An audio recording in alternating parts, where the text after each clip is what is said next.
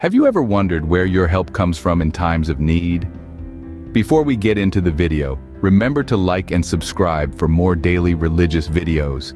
In the hustle and bustle of life, we often find ourselves grappling with challenges that seem insurmountable, especially when it comes to financial struggles. It feels like a never-ending cycle of ups and downs, and it's easy to lose sight of hope. Yet during these hard times, we might find ourselves questioning, where does our aid come from? There are times when we feel like we're standing at the edge of a cliff, with the wind howling around us, threatening to push us over. It's in these moments when despair threatens to engulf us, that we start to question the source of our help. But fret not, for there is a beacon of hope. There is a source of help that has always been there, waiting for us to turn to it.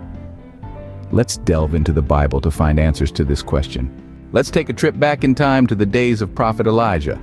Imagine a land parched by drought, a famine so severe it withered every leaf, every blade of grass. Now, imagine being Elijah, a prophet of God, living during this time. Elijah was no stranger to hardship, but even in these dire circumstances, he was not abandoned. The story goes that God instructed Elijah to hide in the Kerith ravine. Here, Elijah found a brook from which he could drink, and God sent ravens to provide him with bread and meat, morning and evening. Amid a famine, imagine that. God's provision was not limited to Elijah's physical needs either. When the brook dried up, God directed Elijah to a widow in Zarephath, who was herself on the brink of starvation. God's command to Elijah was simple: go to the widow and ask her for some bread. Despite her own plight, the widow shared her last morsel of food with Elijah. But here's where God's provision truly shines.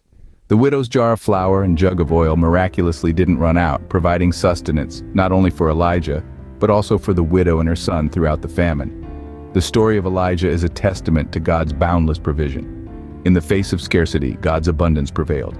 He made a way where there seemed to be no way. Just like Elijah, God provides even when we see no way out. Another profound example is the journey of the Israelites out of Egypt. Now, this is a tale that truly captures the magnitude of God's provision. Picture this: a nation, fresh from the chains of their captors, trekking through an unforgiving wilderness. They were hungry, weary, and uncertain of what lay ahead. But God, in His infinite mercy, did not abandon them. He rained down manna from the heavens, bread enough for each day. Manna, a food so divine and mysterious, it was like nothing they'd ever seen before. And when they yearned for meat, God sent them flocks of quail covering their camp like a blanket. This was not just a meal, but a divine banquet laid out in the middle of a desert. But why quail and manna? Why not a stream of honey or a field of wheat? See, God was teaching them to trust in His daily provision. They had to gather new manna each day, and any excess would rot. They learned to depend on God day by day, meal by meal. This story of the Israelites, it's not just about food, it's about faith. It's about a God who provides, not just for one person, but for a whole nation. His provision was not just physical sustenance, but also spiritual nourishment. God cared for His people, providing for their every need in the wilderness. And if He did it for them, He can do it for you too. So, remember, when you're in your wilderness, God is still providing. Let's fast forward to the New Testament, where Jesus performs a miracle of provision. Imagine a scene set in a remote place where a crowd of 5,000 had gathered. They've come from far and wide, drawn by the teachings of a man named Jesus. As the day drew on, their stomachs began to grumble, but no one had thought to bring food. In the midst of this, a young boy offered up his modest meal, 5 loaves of bread and 2 small fish. To the eyes of the world, it was a laughably small offering for such a large crowd, but in the hands of Jesus, it became a feast. He took the bread and fish, gave thanks, and distributed them among the crowd. Not only was there enough to feed everyone, but there were also 12 baskets of leftovers. This story, found in the book of Matthew, chapter 14, verses 13 to 21, is a testament to God's abundance. It illustrates how Jesus, God's own Son, took a small offering and multiplied it to feed thousands. It wasn't just about filling their bellies, it was about showing the heart of God. God doesn't just provide, He provides abundantly. He doesn't just meet our needs, He exceeds them. He takes what little we have and multiplies it, showing us that in His hands, nothing is too small or insignificant. In Jesus, we see God's heart to provide generously and abundantly for His children. So, what does all this tell us about God's provision? From the accounts we've explored, we see that God's provision is not confined to the bounds of our understanding. Even in circumstances that appear dire and hopeless, His provision shines through, illuminating the path forward.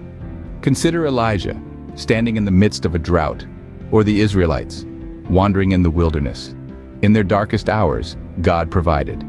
He sustained Elijah with food delivered by ravens and quenched the Israelites' thirst with water from a rock. These were not merely instances of survival, but of divine provision, demonstrating God's unwavering faithfulness to His children. God's provision extends beyond individuals, reaching to communities, nations, and generations. The Israelites were not merely a group of wanderers. They were a nation under God's care.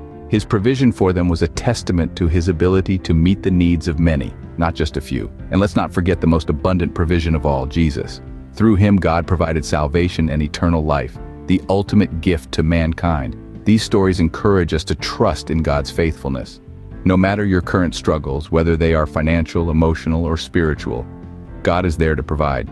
His provision may not always look like what we expect, but it is always exactly what we need. Remember, in times of need, God remains our faithful provider. Trust in His provision.